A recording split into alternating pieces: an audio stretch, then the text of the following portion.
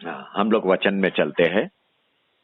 हम लोग क्या आदम ने एदेन के वाटिका में प्रार्थना किया, ये विषय में है और आज का भाग है 5वां। ये विषय सच में अपने लिए एक अद्भुत विषय है। कितने लोग परमेश्वर से दूर हो गया था। क्यों दूर हो गया था? प्रार्थना जीवन नहीं होने के कारण। लेकिन ये संदेश उनको फिर से प्रार्थना जीवन में लौटा के आया। इतना ही नहीं, अभी उनका हृदय परमेश्वर के साथ प्रार्थना में जुड़ता है। उनको मालूम पड़ा परमेश्वर के नजरों में उनका कीमत क्या है। कुछ तो भी हर एक के जीवन में हलचल हो रहा है। हर एक का जीवन में, हर एक अपना जीवन को हर दिन जांच रहा है। हर एक जांच रहा है कि कौन सा जीवन में परमेश्वर में जी रहा हूं। अच्छी अच्छी बातें तेरे जीवन में होने लगा है। अच्छी अच्छी बातें तेरे परिवार में दिखाई दे रहा है। जो कुछ भी ये पुलपिट से आ रहा है, ये जीवन बदलने वाला संदेश है। जीवन बदलने वाला। अपन ने देखा एदेन के वाटिका में आदम और ईव ने प्रार्थना नहीं किया, प्रार्थना। लेकिन जब वे लोग ने पाप किया, दोष में गिरा, उसके बाद परमेश्वर का भय उनके अंदर आया। परमेश्वर का भय आने के कारण उनके अंदर स्वर्गीय ज्ञान का जन्म लिया। स्वर्गीय ज्ञान। धीरे धीरे प्रार्थना का पहला सीढ़ी में अपन गहराई में जा रहा है। हर एक सीढ़ी, उससे संबंधित बातें जो अपन पढ़ाई कर रहा है, वो आपके स्वभाव से संबंधित है। स्वभाव से।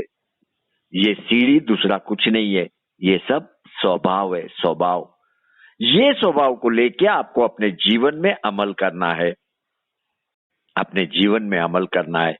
एक बार यरूशलेम में देख, ऊपर के कमरे में देख। यरूशलेम में ऊपर के कमरे में देख। जब भी प्रभु यीशु क्रिस्त पुनरुत्थान हुआ, वो स्वर्ग को लौट के जा रहा था। प्रभु यीशु क्रिस्त ने आज्ञा दिया, अपने लोगों को आज्ञा दिया। प्रभु यीशु क्रिस्त ने बोला, यरूशलेम को जा, यरूशलेम को। वहां पे ऊपर के कमरे में ठहरे रहे। दूसरे शब्दों में, बाट जो, बाट।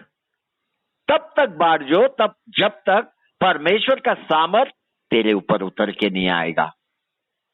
अब ये सामर्थ क्यों चाहिए? ये सामर्थ क्यों चाहिए? यीशु क्रिस्त लोगों को बोल रहा है, यरूशलेम में जाके बाट जोते रहो, बाट। पिता का प्रतिज्ञा का बाट जो। ये बात पढ़िए, प्रेरितों के काम 1:4। आइए हम पढ़ते हैं प्रेरित किताब, उसका पहला अध्याय, उसका 4 वचन। और उनसे मिलकर उन्हें आज्ञा दी, यरूशलेम को ना छोड़ो, परंतु पिता की उस प्रतिज्ञा के पूरे होने की बाट जोते रहो, जिसकी चर्चा तुम मुझसे सुन चुके हो। आमीन। देखो, प्रभु यीशु क्रिस्त लोगों को आज्ञा दे रहा है। आज्ञा, यरूशलेम को छोड़ो मत, यरूशलेम को छोड़ो मत। प्रभु यीशु क्रिस्त जब पहाड़ी पे से स्वर्ग में जा रहा था, उनको बोला, तुम यरूशलेम को जाओ, यरूशलेम को छोड़ो मत। पिता के उस प्रतिज्ञा के पूरे होने तक बाट जोते रहो, बाट, बाट जोते रहो। प्रभु यीशु क्रिस्त लोगों को आज्ञा दे रहा है, पिता का प्रतिज्ञा का बाट जोते रहो। अभी यहां पे प्रार्थना में अपने को क्या सीखना है? देखो, प्रभु यीशु क्रिस्त ने उनको क्या बोला? बाट जोते रहे। बाट, बाट जोना मतलब प्रार्थना कर, प्रार्थना कर, प्रार्थना कर। तब तक प्रार्थना कर जब तक परमेश्वर का सामर्थ तेरे ऊपर उतर के नहीं आएगा। तब तक प्रार्थना कर, तब तक बाट जो। अभी ये सामर्थ क्यों चाहिए एक विश्वासी को? क्यों? आपको मालूम है, यरूशलेम में जो ऊपर के कमरे में प्रार्थना हो रहा था, वो क्यों हो रहा था? वहां पे देखिएगा तो 120 लोग, कोई भी वो कमरे को छोड़ नहीं रहा है, कमरे में से नीचे कोई उतर के नहीं आ रहा है, सभी प्रार्थना में, सभी, 1 दिन नहीं, 2 दिन नहीं, 3 दिन नहीं, 10 दिन वो लोग प्रार्थना में है। 10 नहीं, 100 दिन भी होता ना, वे लोग प्रार्थना में रहता, क्योंकि प्रभु यीशु ख्रिस्त ने बोला, जब तक पिता की प्रतिज्ञा पूरा नहीं होता है बाट जोड़ना। पिता का प्रतिज्ञा क्या था?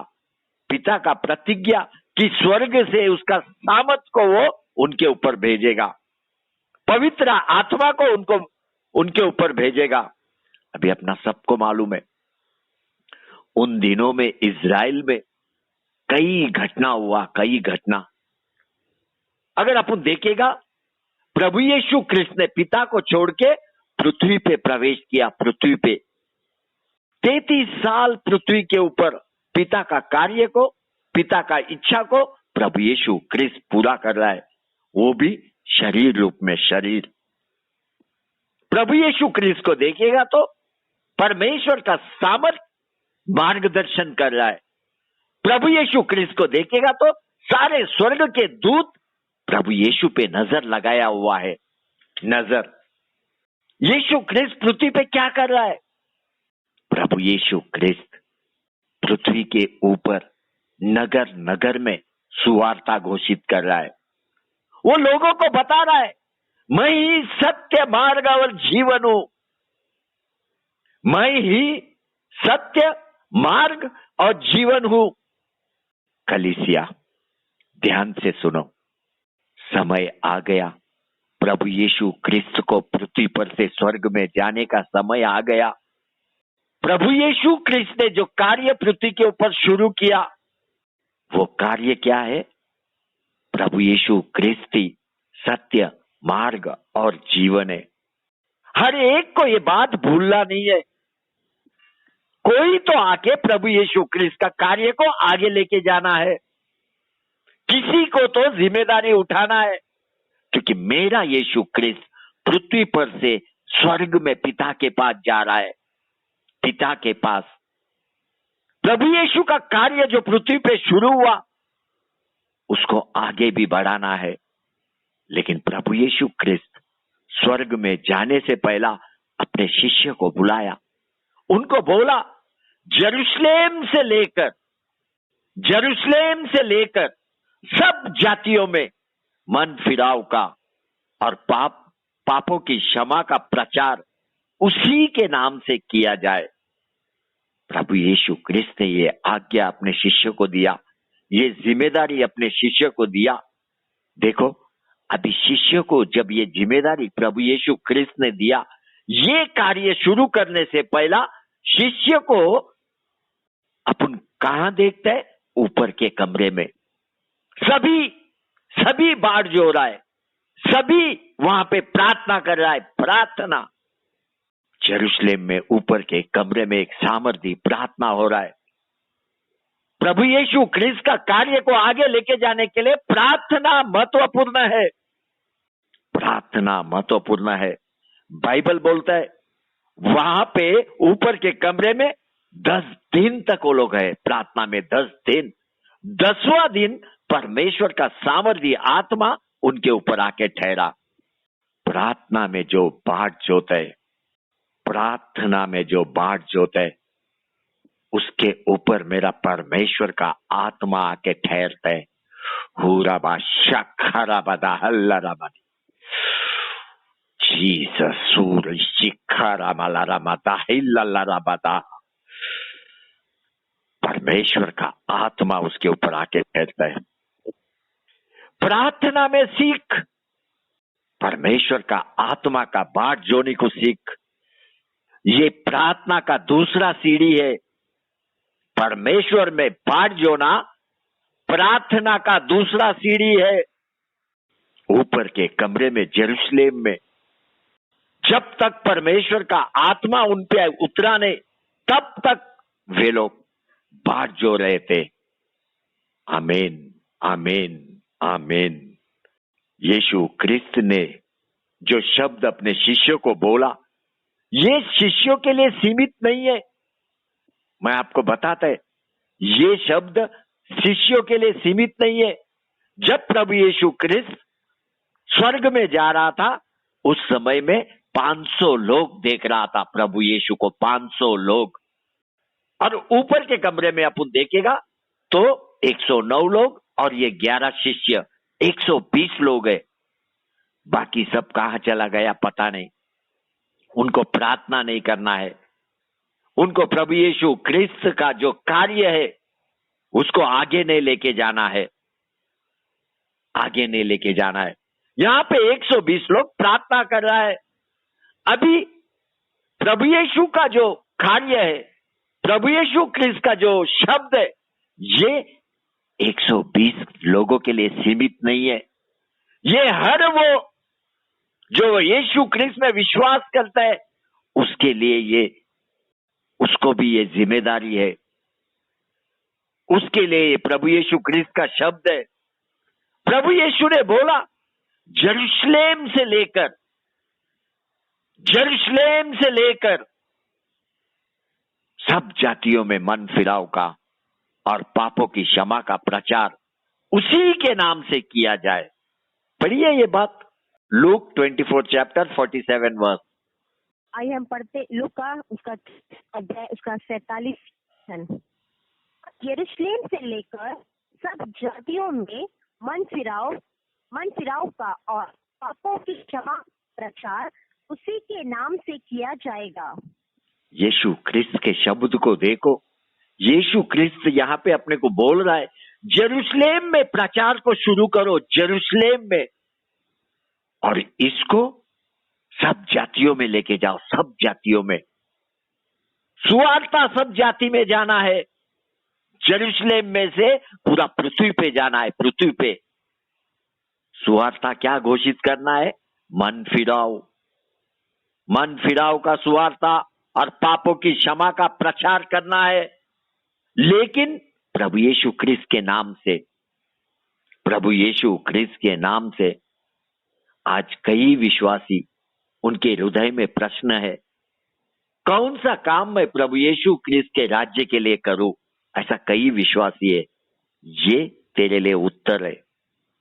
लूक 24:47 ये तेरा प्रार्थना का उत्तर है, ये तेरा प्रश्न का उत्तर है।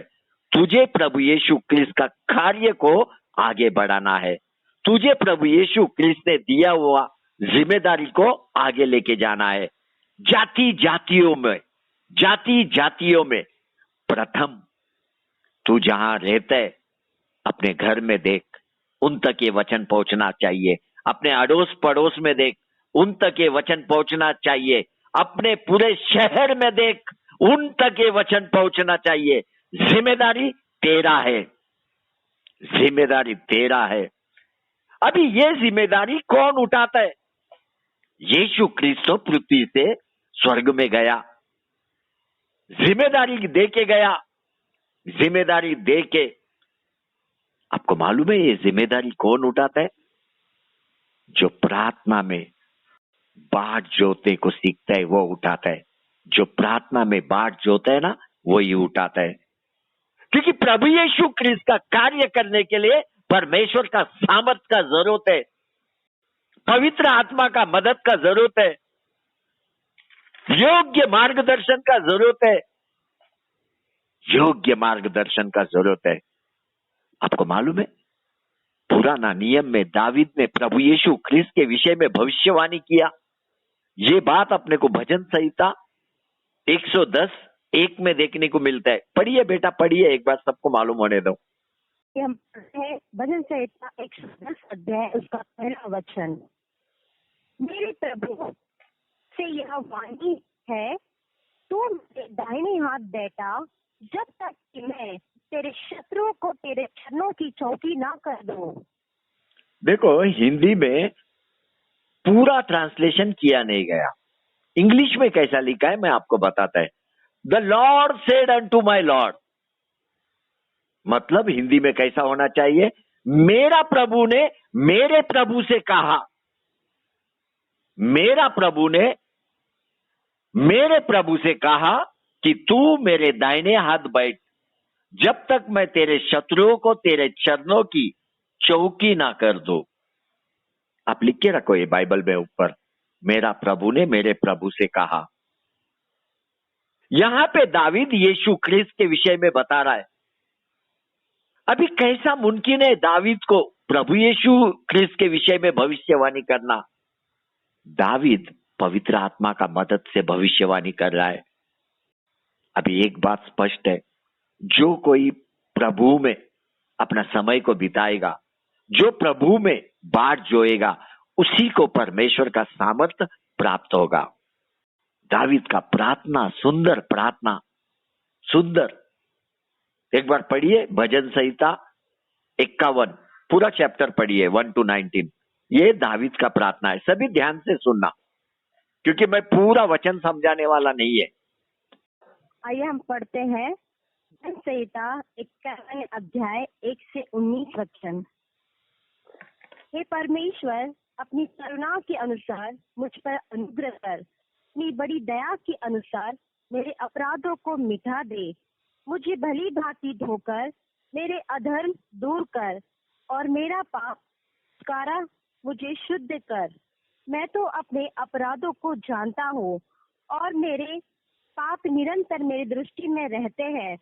मैंने केवल तेरे ही विरोध पाप किया और जो तेरी दृष्टि में बुरा है वही किया है, ताकि तू बोलने में धर्मी और न्याय करने में निष्कलंक ठहरे। देख, मैं अधर्म के साथ उत्पन्न हुआ और पाप के साथ अपनी माता के गर्भ में पड़ा। देख, तू हृदय की सच्चाई से प्रसन्न होता है और मेरे मन ही में ज्ञान सिखाएगा। जूफा से मुझे शुद्ध कर तो मैं पवित्र हो जाऊंगा। मुझे धो और मैं हिम से भी अधिक श्वेत बनूंगा। मुझे हर्ष और आनंद की बातें सुना, जिससे जो हड्डियां तूने तोड़ डाली है वे मगन हो जाए। अपना मुख मेरे पापों की ओर से फिरा ले और मेरे सारे अधर्म के कामों को मिटा डाल। हे परमेश्वर, मेरे अंदर शुद्ध मन उत्पन्न कर और मेरे भीतर स्थिर आत्मा नए सिरे से उत्पन्न कर। मुझे अपने सामने से निकालना दे और अपने पवित्र आत्मा को मुझे से अलग ना कर। अपने किए हुए उद्धार का हर्ष मुझे फिर से दे और उद्धार आत्मा देकर मुझे संभाल। तब मैं अपराधियों को तेरे मार्ग सिखाऊंगा और पापी तेरे ओर फिरेंगे। हे परमेश्वर, हे मेरे उद्धारकर्ता परमेश्वर, मुझे हत्या के अपराध से छुड़ा ले, तब मैं तेरे धर्म का जय जयकार करने पाऊंगा। हे प्रभु, मेरा मुंह खोल दे, तब मैं तेरा गुण अनुवाद कर सकूंगा। क्योंकि तू मेल बलि से प्रसन्न नहीं होता, नहीं तो मैं देता। होम बलि से भी तो प्रसन्न नहीं होता। टूटा मन परमेश्वर के योग्य बलिदान है। हे परमेश्वर, तू टूटे और पीसे हुए मन को कुछ नहीं जानता। प्रसन्न होकर सिय्योन की भलाई कर, यरूशलेम शहर तना को तो बसा। तब तो धर्म के बलिदान से अर्थात सर्वांग पशुओं के होम बलि से प्रसन्न होगा। तब लोग तेरी वेदी पर बैल चढ़ाएंगे। आमीन, आमीन, आमीन। देखो, ये प्रार्थना में पहला वचन में दावीद बोलता है, हे परमेश्वर, हे परमेश्वर, हे परमेश्वर, अपनी करुणा के अनुसार मुझ पर अनुग्रह कर, अपनी बड़ी दया के अनुसार मेरे अपराध को मिटा दे। दावीद परमेश्वर से बोल रहा है, मुझ पर दया कर, मुझ पर दया कर, मुझ पर दया कर। ये प्रार्थना का दूसरा सीढ़ी में का एक भाग है। जब तू परमेश्वर में बाट जोते रहता है, तुझे अपने परमेश्वर को बोलना है, मुझ पर दया कर, मुझ पर दया कर। प्रार्थना का पहला सीढ़ी ज्ञान को मांगना है, ज्ञान को। दूसरा सीढ़ी प्रार्थना में परमेश्वर में बाट जोड़ने को सीखना है और उसी में तेरे हृदय में से आवाज आना चाहिए, मुझ पर दया कर, मुझ पर दया कर। आज हर एक ने पाप किए है, मैं आपको बताता है, हर एक ने पाप किया है। इसीलिए खुद को जांचना बहुत ही जरूरी है। कैसा तू अपने आप को जान सकता है? प्रार्थना में बाढ़ जोते समय, प्रार्थना में बाढ़ जोते समय। अगर आप दावीद को देखिएगा तो जब वो बाढ़ जो रहा है, वो अपने पापों को कबूल कर रहा है, वो स्वीकार कर रहा है परमेश्वर के सामने अपने गलतियों को। उसको मालूम है जब तक वो अपने गलतियों को स्वीकार नहीं करेगा, परमेश्वर का आत्मा उसके ऊपर उतरेगा नहीं। ये उसको मालूम है। आपको मालूम है दावीद क्यों ये प्रार्थना कर रहा है? ये प्रार्थना किस गुनाह पर आधारित है? मेरा ये प्रश्न को ध्यान से सुनो। ये प्रार्थना किस गुनाह पर आधारित है? मतलब दावीद ने कुछ तो गुनाह किया, तभी वो दया का भीख मांग रहा है, दया का। ये प्रार्थना 2 सामुएल 11:12 इसके ऊपर आधारित है। देखो, जब मैं वचन बताता है ना, आपका नोटबुक में ये सब जाना चाहिए, आपका बाइबल में भी मार्किंग होना चाहिए कि ये दावीद का प्रार्थना है। और ये प्रार्थना किसके ऊपर आधारित है? 2 सामुएल 11:12। तुरंत वहां पे आपको बाइबल में लिखना है।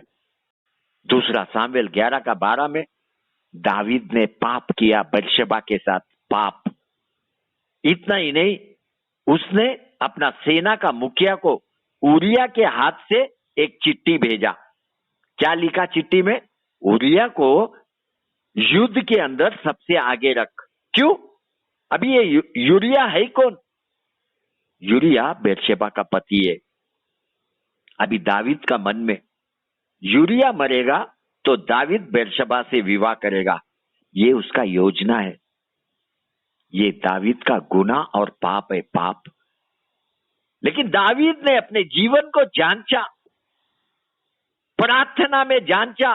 उसको समझ में आया कि उसने गुनाह किया है, वो एक दोषी है। यही कारण है दावीद रोते हुए प्रार्थना किया।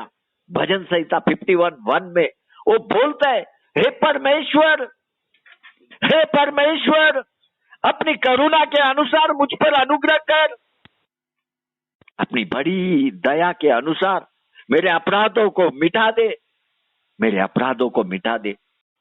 वो ठहरा हुआ था, प्रार्थना में ठहरा हुआ। उसको क्षमा चाहिए, क्षमा। 2 सीढ़ी का एक भाग है ये।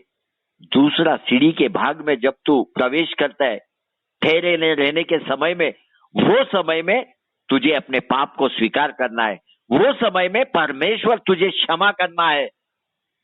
इसलिए ठहरे रहने को सीख। उसके बाद ही परमेश्वर का आत्मा सामर्थ्य रीति तेरे ऊपर उतर के आएगा, मदद करने के लिए। मदद। यशायाह भक्त 40:31 एक बार पढ़िए। यशायाह 40 अध्याय उसका 31 वचन। परंतु जो यहोवा की बाट जोते हैं वे नया बल प्राप्त करते जाएंगे, उकाब के समान उड़ेंगे, वे दौड़ेंगे और श्रमित ना होंगे, चढ़ेंगे और थकित ना होंगे। बाइबल अपने को इधर क्या बोलता है मालूम है? जो यहोवा का बाट जोते हैं वे नया बल प्राप्त करते जाएंगे, नया। और उकाब की नाई उड़ेंगे, वे दौड़ेंगे लेकिन श्रमित ना होंगे, वे चलेंगे लेकिन थकित ना होंगे। अभी दावीद, उसको मालूम है कि उसने गुनाह और पाप को किया। इसी कारण से दावीद ने परमेश्वर को सामर्थ को खो दिया। दावीद के अंदर से परमेश्वर का सामर्थ चला गया। अभी वो प्रार्थना में परमेश्वर में बाढ़ जो रहा है, नया बल को प्राप्त करने के लिए बाढ़ जो रहा है। दावीद जब प्रार्थना में है, उसके अंदर एक साधारण बल है, साधारण, क्योंकि परमेश्वर का बल उसको छोड़ के गया जब उसने गुनाह किया। आपको मालूम है दावीद के अंदर कौन सा बल था? शुरुआत में गुनाह करने से पहला परमेश्वर का सामर्थ था उसके अंदर। वो शेर को, भालू को फाड़ देता था। इतना ही नहीं, दौड़ते हुए गोलियत के तरफ जाके गोलियत को मार डाला।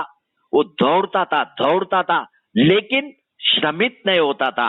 वो चलता था जंगलों में, लेकिन थकता नहीं था। लेकिन अपराध करने के कारण, अपराध, एक गुनाह करने के कारण परमेश्वर का सामर्थ को खो दिया। लेकिन तुरंत दावीद प्रार्थना में गया। प्रार्थना में वो परमेश्वर में बाढ़ जोड़ा है। उसको मालूम है परमेश्वर में बाढ़ जोड़ा, उसको मालूम है। उसने बोला, हे परमेश्वर, हे परमेश्वर, हे परमेश्वर, मुझ पर दया कर। उसको मालूम है परमेश्वर से अगर दया चाहिए तो उसको बाढ़ जोना है। क्योंकि अभी दावीद के जीवन में तुरंत कोई चमत्कार होने वाला नहीं है। क्षण भर में, मिनटों में कोई चमत्कार होने वाला नहीं है। प्रथम उसके अपने पाप को धोना जरूरी है। दया का जरूरत है, दया का। वो ठहरा हुआ था प्रार्थना में। विश्वासी, जब तू संघर्ष करता है, समझ जा तुझे परमेश्वर में बाढ़ जोड़ना है, परमेश्वर में बाढ़ जोड़ना है। ये प्रार्थना का दूसरा सीढ़ी है। प्रथम ज्ञान को मांग, दूसरा प्रार्थना में बाढ़ जो, दूसरा सीढ़ी में तुझे दया को मांगना है। क्योंकि जो कुछ भी परमेश्वर का बल तूने खो दिया, वो फिर से नया तेरे अंदर आना है। अपना सबको मालूम है, आदम ईव ने एदेन के वाटिका में प्रार्थना नहीं किया। अगर आदम का अपन पृष्ठभूमि देखेगा ना, पृष्ठभूमि का मतलब क्या? पुरानी बातें, बैकग्राउंड, बीती हुई बातें, उसको बोलते हैं पृष्ठभूमि। आदम का पृष्ठभूमि अगर अपन देखेगा, अपन जाते हैं थोड़ा इसमें, क्योंकि आपको अच्छे से समझना चाहिए। ध्यान से सुनो बच्चे। परमेश्वर ने आदम को मिट्टी से बनाया, मिट्टी से, और उसके अंदर अपना श्वास डाला, और आदम एक जीवता प्राणी, एक जीवता व्यक्ति बन गया। और परमेश्वर ने क्या किया? परमेश्वर ने आदम को लेकर एदेन के वाटिका में रख दिया कि वह उसमें काम करे और उसकी रक्षा करे। ये बात पढ़िए, पहला उत्पत्ति 2:15। आइए हम पढ़ते उत्पत्ति अध्याय उसका 15वां वचन। तब यहोवा परमेश्वर ने आदाम को लेकर आदाम की वाटिका में रख दिया कि वह उसमें काम करे और उसकी रक्षा करे। देखो, ये वचन अपने को बताता है कि आदम एदेन के वाटिका में बनाया नहीं गया। इसका मतलब आदम को एदेन के वाटिका के बाहर बनाया गया, बाहर। आपको मालूम है ये एदेन क्या है? एदेन एक शहर, एक नगर अपन बोल सकते हैं। वो वाटिका का नाम एदेन नहीं है। ध्यान में लेना, मैं जो बोल रहा हूं बाइबल के हिसाब से, एदेन नाम के स्थान में परमेश्वर ने उसके बीच में एक वाटिका लगाया, इसीलिए उसको एदेन का वाटिका बोलता है। एदेन का वाटिका, जैसा मुंबई में इतना बड़ा शहर है, उसका बीच में नेशनल गार्डन है, नेशनल गार्डन। इसी तरह से एदेन में किधर तो भी परमेश्वर ने अपने हाथों से एक वाटिका लगाया। उस वाटिका में परमेश्वर ने आदम को रखा। उस वाटिका में उसने आदम को बोला, वाटिका में तुझे काम करना है और उसकी रक्षा करना है। एदेन का वाटिका में परमेश्वर ने आदम में से फसली को निकाल के ईव को बनाया। अभी आदम का जिम्मेदारी, जो कुछ भी परमेश्वर ने आज्ञा दिया, वो आज्ञा ईव को बताए। परमेश्वर ने आज्ञा क्या दिया? वाटिका में काम कर, उसकी रक्षा कर। दोनों मिलके वहां पे प्रार्थना करना है, दोनों मिलके वहां पे परमेश्वर का बाढ़ जोड़ना है। लेकिन एदेन का वाटिका से संबंधित कोई भी वचन अपने को मिलता नहीं कि आदम और ईव मिलके परमेश्वर का बाढ़ जो रहा था। कोई वचन नहीं मिलता है। लेकिन अपने को ऐसा वचन मिलता है कि परमेश्वर उनको खोजते हुए आया, परमेश्वर उनको खोजते हुए आया। देखो, ये सारी बातें मैं जो बता रहा हूं, ये उसका पृष्ठभूमि के विषय में है, पिछला जीवन के विषय में, जो बीती हुई बातों के विषय में। इसका मतलब आदम ईव के अंदर उस समय में परमेश्वर का भय नहीं था। आदम ईव के अंदर प्रार्थना का जीवन नहीं था। आदम और ईव ने कभी भी परमेश्वर का बाट जोया नहीं, परमेश्वर के लिए ठहरे नहीं रहा। ये तीनों भी स्वभाव है, स्वभाव। और ये तीनों स्वभाव ये दोनों के अंदर दिखाई नहीं दे रहा है। आज भी कई विश्वासी के अंदर ये तीन स्वभाव दिखाई नहीं दे रहा है।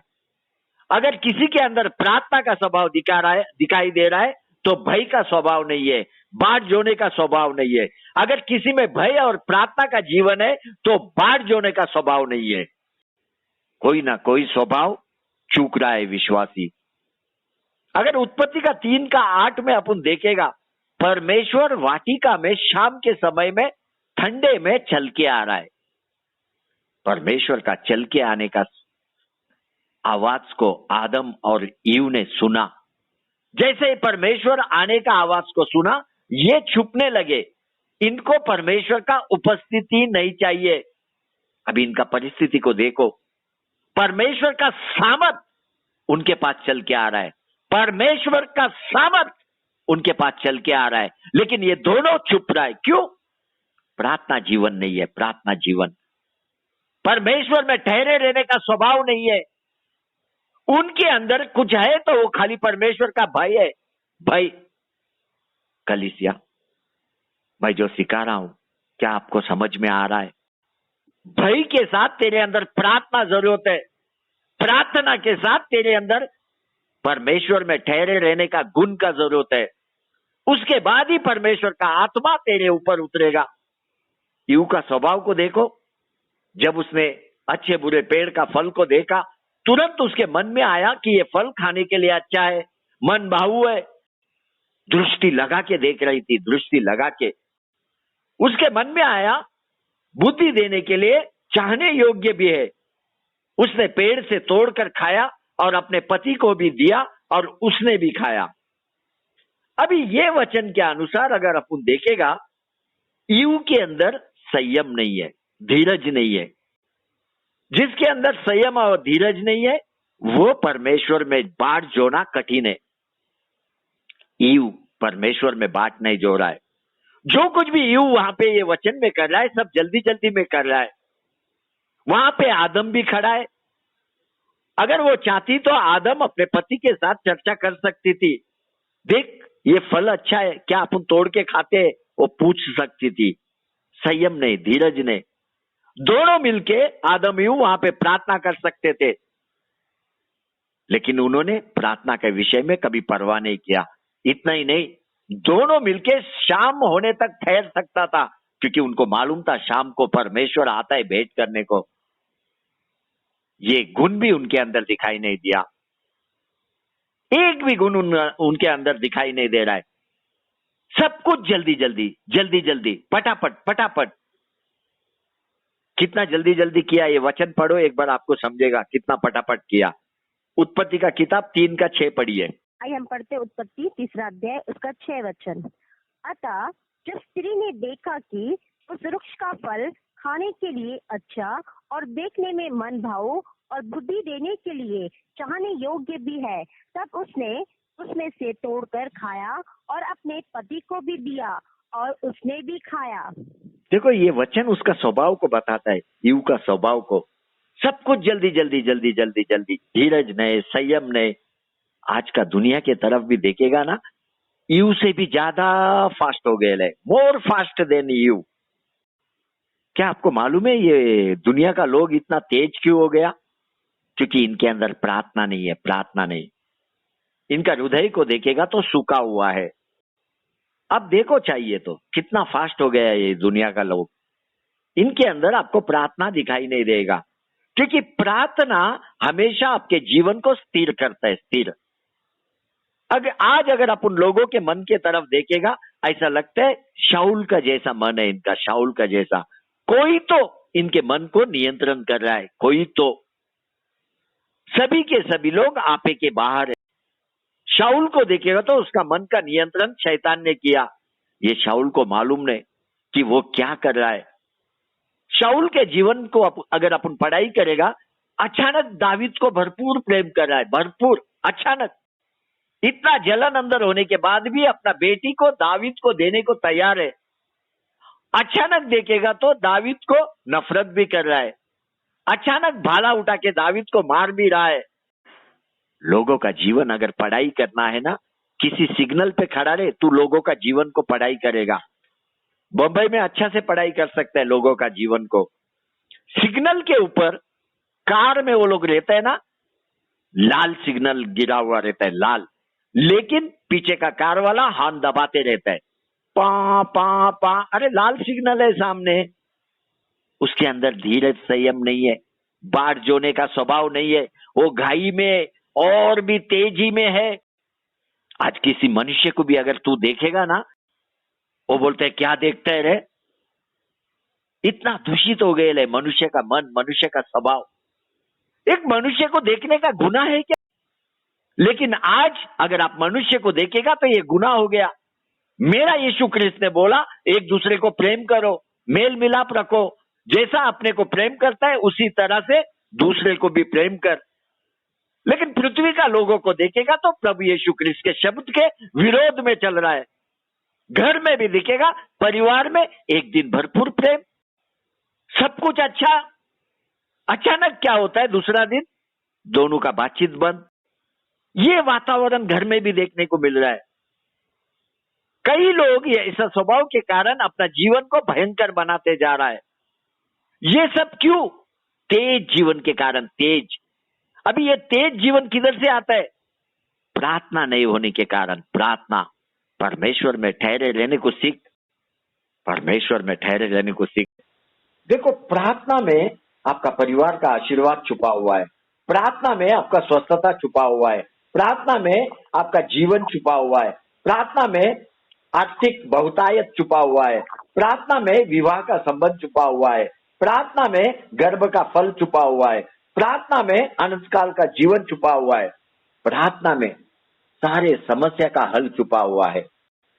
आदम और ईव, इनका जीवन जल्दी जल्दी होने के कारण, तेज होने के कारण उनके जीवन में प्रार्थना ने परमेश्वर में ठहरे नहीं रहा।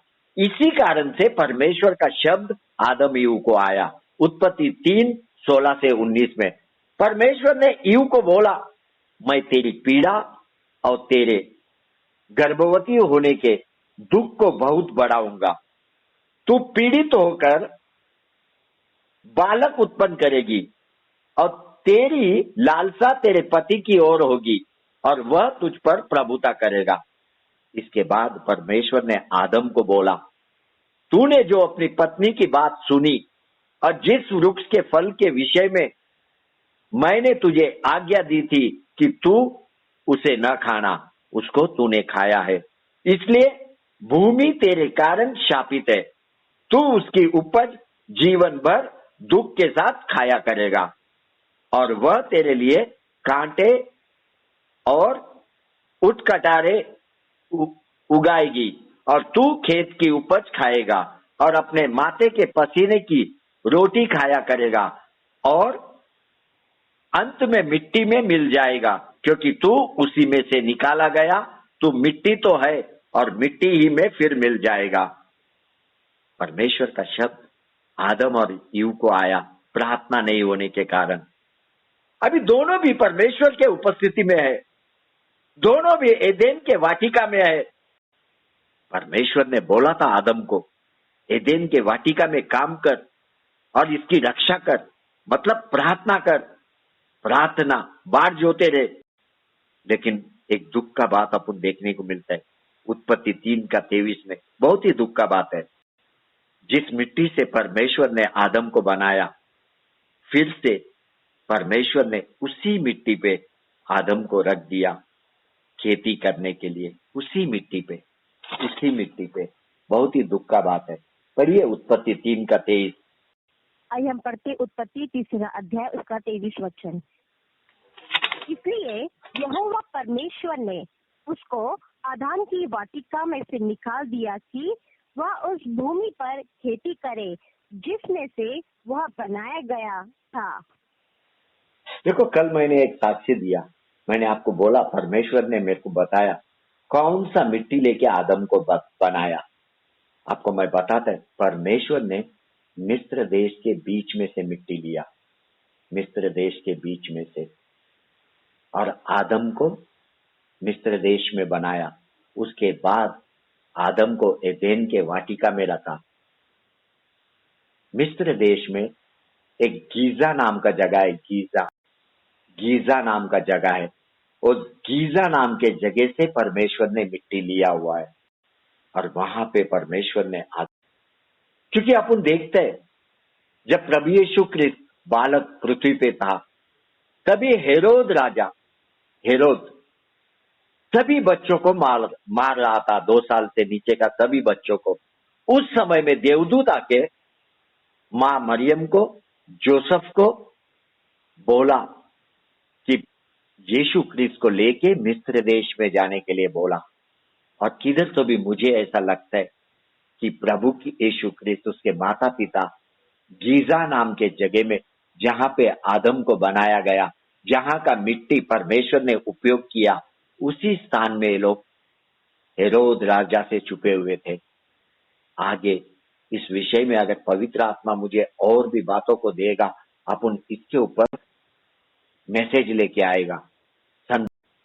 क्या हुआ एक्चुअली प्रभु यीशु क्रिस्त जब मिस्र देश में था, ये सारी बातें अपन पवित्र आत्मा से जानेंगे। बच्चों, एक बात हमेशा याद रखना, जो कुछ भी आदम के जीवन में हुआ, वो सीधा सीधा वही बातें अपने जीवन से भी संबंधित है। अपने को आदम सीखने के लिए एक समय में तू अविश्वासी था, संसार में बाद में तू परमेश्वर में आया और परमेश्वर का इच्छा तू बहुतायत का जीवन का आनंद करे। वहां पे आदम मिस्र देश में से निकाल के एदेन के वाटिका में रखा गया परमेश्वर के साथ बहुतायत का जीवन का आनंद करने के लिए। लेकिन एदेन के वाटिका में उसने प्रार्थना नहीं किया, उसने परमेश्वर का बाट जोने को सीखा नहीं। आज भी हम लोग का परिस्थिति वैसे ही दिखाई दे रहा है। हम लोग प्रभु में आया, लेकिन हमारा जीवन, अपना स्वभाव दिखेगा ना, पुराना स्वभाव है, पुराना। मतलब जहां से परमेश्वर ने अपने को निकाल के लाया, अपन वही स्थान में वापस जीवन जी रहा है। हम लोग एक समय में मूर्ति पूजा करने वाले लोग, मूर्ति पूजा, आज अपन जीवित परमेश्वर की स्तुति आराधना करते हैं। अपने को उसका आज्ञा का पालन करना है। लेकिन अनजाने में हम लोग क्या कर रहा है, पुराना जीवन के पीछे चल रहा है, दुष्ट के बातों में चल रहा है। प्रार्थना तेरे को प्रकाश में लेके आता है, प्रार्थना तेरे घराने में स्वर्गीय वातावरण को लेके आता है, प्रार्थना तुझे परमेश्वर के उपस्थिति में लेके जाता है। यही कारण है, प्रार्थना में पहला सीढ़ी में प्रवेश कर। पहला सीढ़ी ज्ञान मांग, और दूसरी सीढ़ी में तुझे परमेश्वर का भय भी रखना है, और दूसरा सीढ़ी में परमेश्वर में ठहरे रहना है और परमेश्वर से दया मांगना है, दया। तभी तू पवित्र आत्मा से भर जाएगा। सारी बातें अपने नोटबुक में लिख के रख दो। हमेशा प्रार्थना में समय पे बैठने को सीख, समय पे, ठहराए हुए समय पे। देखो, प्रार्थना में बैठने का समय है, लेकिन प्रार्थना से उठने का समय ठहराया नहीं जाना चाहिए। ये अपने दिमाग में रख लो। कोई बोलता है कि मैं 5 मिनट प्रार्थना करूंगा, मैं 15 मिनट करूंगा, ये दिमाग में मत लाओ। एक बार जब तू प्रार्थना में बैठता है, बाढ़ जोने लगता है, पवित्र आत्मा तेरा ताबा लेता है। ये पवित्र आत्मा पे निर्भर है कब तक तुझे वहां बिठा के रखना, तुझे पवित्र आत्मा का अनुभव वहां पे। दूसरे शब्दों में, प्रार्थना में जाने का समय ठहराया हुआ है, लेकिन उठने का समय नहीं, कभी भी नहीं, क्योंकि तू पवित्र आत्मा के हाथों में। दावीद अपने परमेश्वर के पास रोया, भजन संहिता 51:1 में, मुझ पर दया कर, मुझ पर दया कर। ये सब क्या बताता है अपने को? वो अपने गुनाह, अपने पाप, अपने अपराध को स्वीकार कर रहा है। अभी परमेश्वर क्या करेगा? उसके बड़े प्रेम के खातिर उसके जीवन में एक बड़ा दया को भेजेगा, बहुतायत का दया को। परमेश्वर का दया उसके सारे अपराधों को क्षमा करेगा, परमेश्वर का दया उसके पापों को धो देगा। आपको मालूम है, दावीद ने बेर्शेबा के साथ गलत संबंध बनाया। इतना ही नहीं, दावीद ने उरिया को मार डालने का योजना भी बनाया। ये गंभीर पाप है परमेश्वर के नजरों में। लेकिन दावीद अपने परमेश्वर के पास रोया, उसके दया का भीख को मांगा। देखो, आज हर एक कोई जाने में अनजाने में पाप किया हुआ है, तुझे पश्चाताप करना है। पश्चाताप हो सकता है वासना के विषय में तूने पाप किया, जलन के विषय में पाप किया, तेरे कुछ रहस्य गुप्त अपराध होंगे, तुझे पश्चाताप करना है प्रार्थना में और परमेश्वर में ठहरे रहना है। परमेश्वर में ठहरे रहना इसका मतलब ही है तुझे पाप क्षमा मांगना है, स्वीकार करना है अपने पापों को स्वीकार। ये दूसरा सीढ़ी प्रार्थना का, सारे पापों को तुझे स्वीकार करना है। मेरा परमेश्वर का दया तुझे ढकने लगेगा। प्रभु यीशु क्रिस्त का लहू जो क्रूस पे बहाया गया वो तुझे ढकने लगेगा, क्योंकि मेरा प्रभु यीशु क्रिस्त ने क्रूस पे सारा कीमत को भर दिया। यीशु क्रिस्त ने क्रूस के ऊपर बोला सब कुछ पूरा हुआ, सब कुछ पूरा हुआ। अभी तेरा हृदय शुद्ध है, इसके बाद तेरे अंदर कोई दोष नहीं है। दावीद पहला दोषी था, लेकिन परमेश्वर ने उसको निर्दोष बनाया, निर्दोष। परमेश्वर ने उसके पापों को क्षमा किया केवल दावीद के प्रार्थना के कारण। दावीद ने पहला सीढ़ी का अनुसरण किया और दूसरा सीढ़ी में प्रवेश किया। प्रवेश दावीद के जीवन में दूसरा कोई विकल्प नहीं था, कोई विकल्प नहीं। यही कारण है वो अपने परमेश्वर को पुकारा, परमेश्वर से दया मांगा, उसने प्रार्थना किया। प्रार्थना, दृढ़ प्रेम करने वाले परमेश्वर को पुकारा। दावीद का स्वभाव प्रार्थना में बदलने लगा। प्रार्थना में दावीद का हृदय प्रार्थना में शुद्ध होने लगा। दावीद के अंदर एक नया बल प्रार्थना में आने लगा। दावीद के ऊपर परमेश्वर का आत्मा प्रार्थना में आके उतरा। दावीद ने प्रार्थना में उद्धार का स्वाद को चखा, आनंदमय उद्धार का स्वाद को चखा। दावीद को प्रार्थना में छुटकारा मिला। दावीद ने अब्राहम, इसहाक, जेकब का परमेश्वर को पुकारा। दावीद ने मूसा के परमेश्वर को पुकारा। मूसा को अगर देखेगा तो परमेश्वर ने अपने प्रेम को, अपने दया को, अपने भलाई को मूसा को बताया। वो सर्वशक्तिमान परमेश्वर है, कोई भी उसके समान में नहीं है। मेरा परमेश्वर का प्रेम अनंत काल का प्रेम है, अनंत काल का। तो हमेशा परमेश्वर के मार्ग को पकड़ के रहे तो आशीर्वादित होगा, आशीर्वादित। एक बार नीति वचन 8 का 32 पढ़िए। आइए हम पढ़ते हैं नीति वचन उसका 8 अध्याय उसका 32वां वचन। इसलिए अब है मेरे पुत्रों, मेरे सुनो, क्या ही धन्य है वे जो मेरे मार्ग को पकड़े रहते हैं। देखो, बाइबल अपने को बोलता है परमेश्वर के मार्ग को पकड़े रहे। परमेश्वर के मार्ग को पकड़े रहने के लिए हर दिन का प्रार्थना का जरूरत है, हर दिन का, हर दिन का, क्योंकि हम सब ने पाप किया हुआ है। व्यक्तिगत प्रार्थना का जरूरत है। तेरा जीवन परमेश्वर में बनाया जाएगा। एक नया बल को तू प्राप्त करेगा, नया बल को। यहाँ पे वचन को रोकता हूँ। आमीन, आमीन, आमीन। अपने बीच में मरिया सिस्टर है, आप प्रार्थना कीजिए। मरिया। स्तुति स्तुति स्तुति स्तुति स्तुति प्रभु, धन्यवाद धन्यवाद धन्यवाद धन्यवाद करते रहे। महान खुदावन यीशु मसीह राजा, आपके नाम की महिमा और धन्यवाद करती प्रशंसा करती राजा। यहोवा राफा पिता परमेश्वर, अब तक पिता आपके दास के जरिए हम सभी से बातें की, धन्यवाद करते राजा। पिता परमेश्वर अभी राजा हम सभी प्रार्थना में रहने के लिए सहायता कर पिता। यहोवा राफा प्रार्थना में जुड़ने के लिए सहायता कर पिता, प्रार्थना में रहने के लिए, प्रार्थना में बने रहने के लिए सहायता कर पिता। जो समय हम पिता परमेश्वर आपको देने के लिए निर्णय लेते राजा, वही समय पिता पवित्र समय आपको देने के लिए सहायता कर पिता। पिता परमेश्वर अभी आपको धन्यवाद करते, स्तुति करते राजा। यहोवा राफा हर एक का घुटना पिता परमेश्वर आपके नाम में झुकने के लिए सहायता कर पिता। अभी आपको धन्यवाद करते रहना। प्रार्थना के बारे में कई सारे विषय को आपने हमसे पिता बातें की, सिखाया, इसके लिए धन्यवाद करते राजा। पिता परमेश्वर अभी आपको कोटि कोटि धन्यवाद करते राजा। प्रभु लगातार इन बातों को पिता परमेश्वर आप हम पिता परमेश्वर आप हमसे बातें कर रहे पिता परमेश्वर, धन्यवाद करते राजा।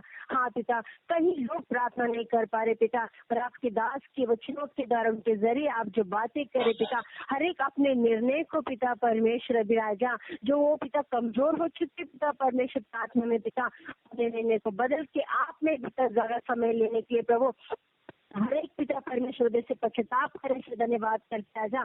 यहोवा राफा, कई सारे गवाही पिता परमेश्वर हम सुनते पिता परमेश्वर, आपको धन्यवाद करते राजा। बॉय जंग को कोई इसी तरह इस्तेमाल कीजिए पिता प्रभु। पिता परमेश्वर भी आपको धन्यवाद करते राजा। पिता परमेश्वर लाइन में जितने भी लोग हैं पिता परमेश्वर, सभी को जॉन बच्चों को भी आपके हाथों में सौंपते राजा।